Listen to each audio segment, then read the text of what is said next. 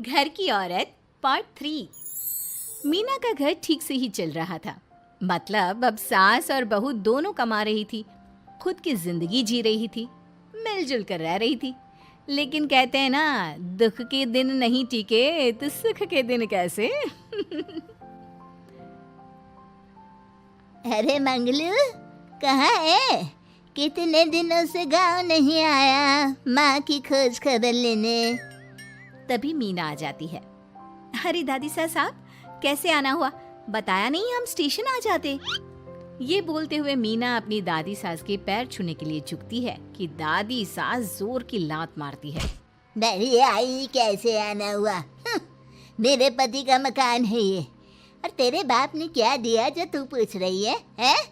और ये क्या पहना है? न साड़ी न सर पर पल्लू, बात बात पर जबान खुलती है।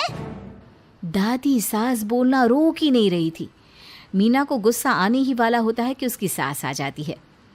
क्या बात है मीना, कौन चिल्ला रहा है? मैं हूँ मंगलू की दुल्हन।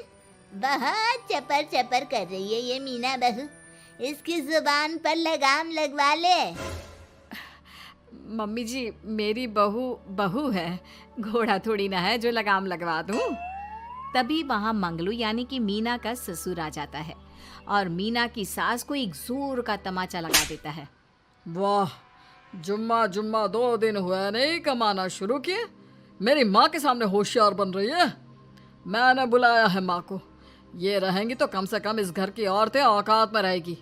अरे जब से कमा रही है सर पर चढ़कर नाच रही है।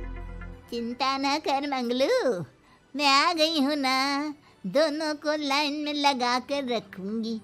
दोनों बहू ने मेरे मंगलू की जिंदगी खराब कर रखी है। तभी वहां पोता यानी कि मीना का पति आ जाता है। पोता जो कि दादी का दीवाना था। दादी मुझे क्यों नहीं बताया कि आप आने वाले हैं? मैं गांव आ जाता कार लेकर आपको लेने। अरे तू तो जानता ही है, कार में बैठ नहीं पाती। पता नहीं, बहुत दिनों से लग रहा था कि तू और मंगलू परेशान है। आज मन नहीं माना तो आ ही गई मैं। देख, यहाँ आकर पता लग रहा है। क्या पता लग रहा है दादी? यहाँ तो सब ठीक है, किसी को कोई परेशानी नहीं है। क्यों माँ, क्यों मीना, क्या हो गया?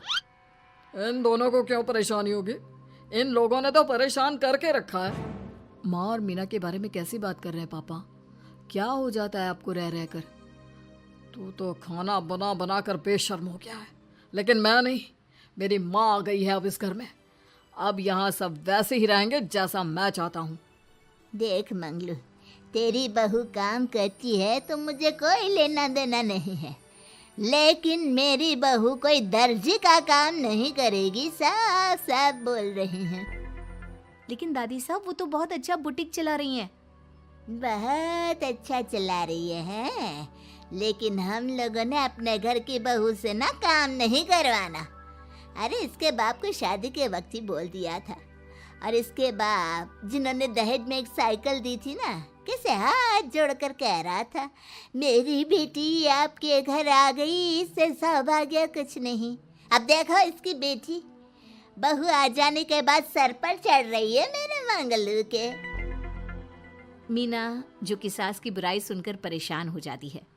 दादी सा छोटा मुंह बड़ी बात। लेकिन क्या पिताजी ने आपको बताया नहीं? सासू माँ ने अपने पैसे से ससुर जी के जन्मदिन में कार दी थी। ससुर जी इतने साल से स्कूटर से जाते थे, अब कार से जाते हैं। क्यों ससुर जी, बताया नहीं आपने? क्यों रे मंगलू, कार ले ली तूने? मुझे तो तू पैसे भी नहीं भेज रहा। 2 महीने से कैसे कैसे दिन काट रही थी और तू यहाँ कार से घूम रहा है। आप भी सासू माँ को अपने बैंक अकाउंट की डिटेल दे दीजिए दादी सा, वो डाल दिया करेंगी पैसे आपके अकाउंट में। क्यों सासू माँ? मंगलू यानी कि मीना का ससुर, जिसने अपनी माँ को गांव से सिर्फ अपनी बीवी को लगाम लगाने के लिए बुलाया था, ये सब देखकर जोर से चिल्लाता है। मीना बहू, चलो दादी सास आई है, यह नहीं कि खाने पीने का इंतजाम करे। अरे माँ, तू भी किन लोगों की बात में आ रही है? चल मेरे साथ मेरे कमरे में चल। ससुर अपनी माँ को लेकर कमरे में चला जाता है और दोनों बैठकर वैसे ही पंचायत शुरू कर देते हैं जैसे कोई बहू अपनी माँ से सास की बुराई कर रही हो। देख मंगलू, गलती तो तेरी ही है जो तूने घर की जनानियों को काम के लिए बाहर निकाला। दूसरे तेरे पापा को देखा था, कभी मुझसे फालतू बोलते। अरे मरते दम तक तेरा बाप मेरी मुट्ठी में रहा है, यही सिखाया था मैंने तुझे। क्या बोलूं माँ, जब से ये मीना बहू घर आई है ना, इसने घर का सारा इतिहास भूगोल बदल कर रख दिया है। उस तितली से तो मैं बाद में निपटूंगी, पहले तेरी वाली को तो ठीक कर दूं। अरे बहू क्या आ गई, खुद को टाटा अंबानी समझने लगी है। माँ देख, जो भी हो, इस बात को याद रखना कि हमारे घर की परंपरा क्या है। औरतों का औकात में रहना जरूरी है। अरे बहू के साथ मिलकर माँ ये बात उड़ती रहती है। बेटा देख, गलती तो तेरी भी है, क्यों तूने इसे काम करने की छूट दी। मारना भी कम कर दिया है तूने इसे, वरना पहले आती थी तो बहू का कोई ना कोई हिस्सा सूजा हुआ या काला ही दिखता था। देखकर तसल्ली मिलती थी कि तूने कंट्रोल कर रखा है। इस बार तो काला और सूजा छोड़, अच्छी खासी चमकती दिख रही है ये। अब क्या बताऊं माँ, गलती तो हो गई है। हाँ, वो कार देखकर पिघल गया होगा ना तू। अरे बेटा, औरतों को मुट्ठी में रखा कर। शान की साइकिल ज्यादा अच्छी कुत्ता बनकर कार चलाने से, समझा। मीना का ससुर अपनी माँ की बात को सुन रहा था।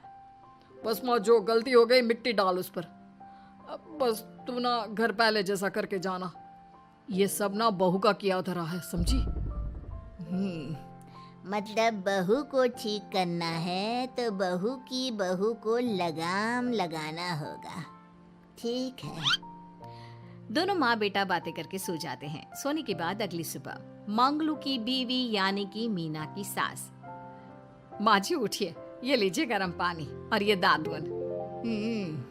चलिए तो याद रहा तुझे, वरना मैंने तो सोचा था कि बहू के चक्कर में पागल ही हो गई होगी बिल्कुल। अरे बहू के चक्कर में पागल होने का क्या मतलब होता है माँ जी। उसने मुझे मेरे पैरों पर खड़ा होना सिखाया है।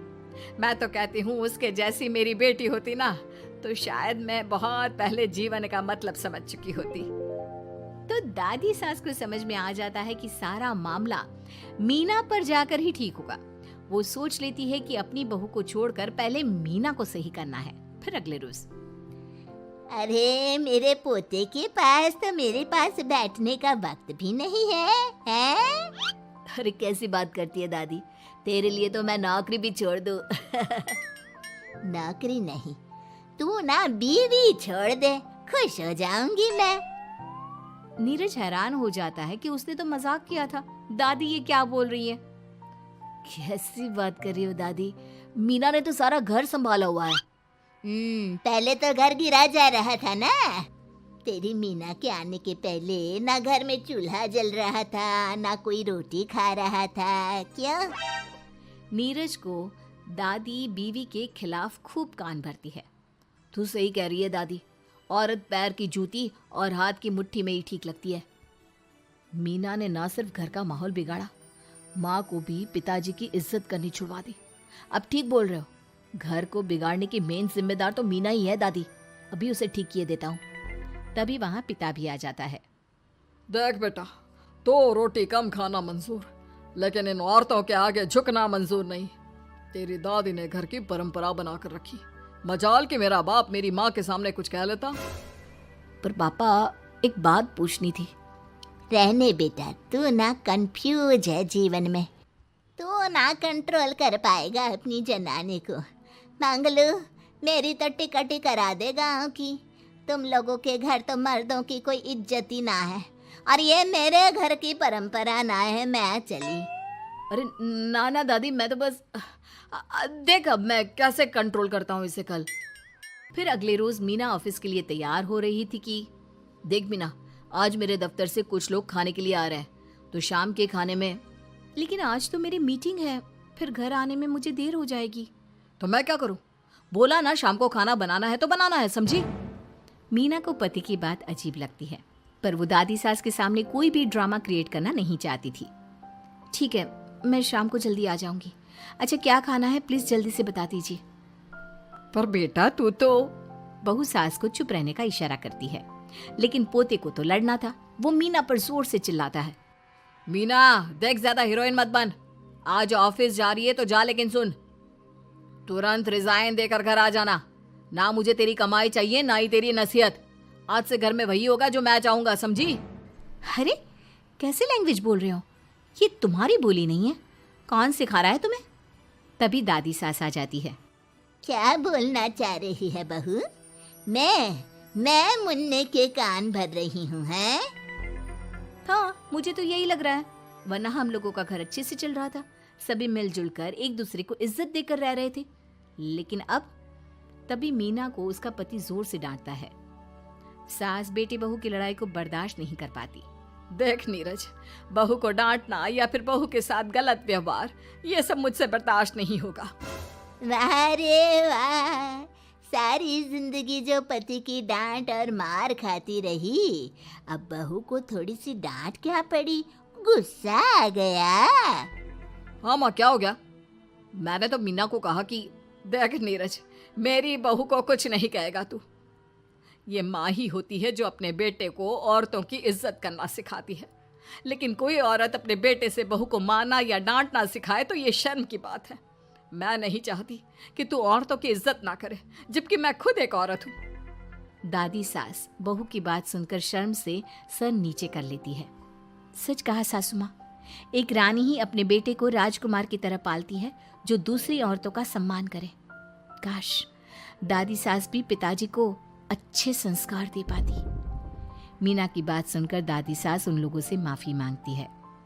मैं समझ गई बहू, औरतों की बेइज्जती करने को घर की परंपरा समझती थी, झूठी शान समझती थी। वो सब गलत है। औरतों की इज्जत से घर में माँ लक्ष्मी और सरस्वती का वास होता है। मुझे माफ कर दो।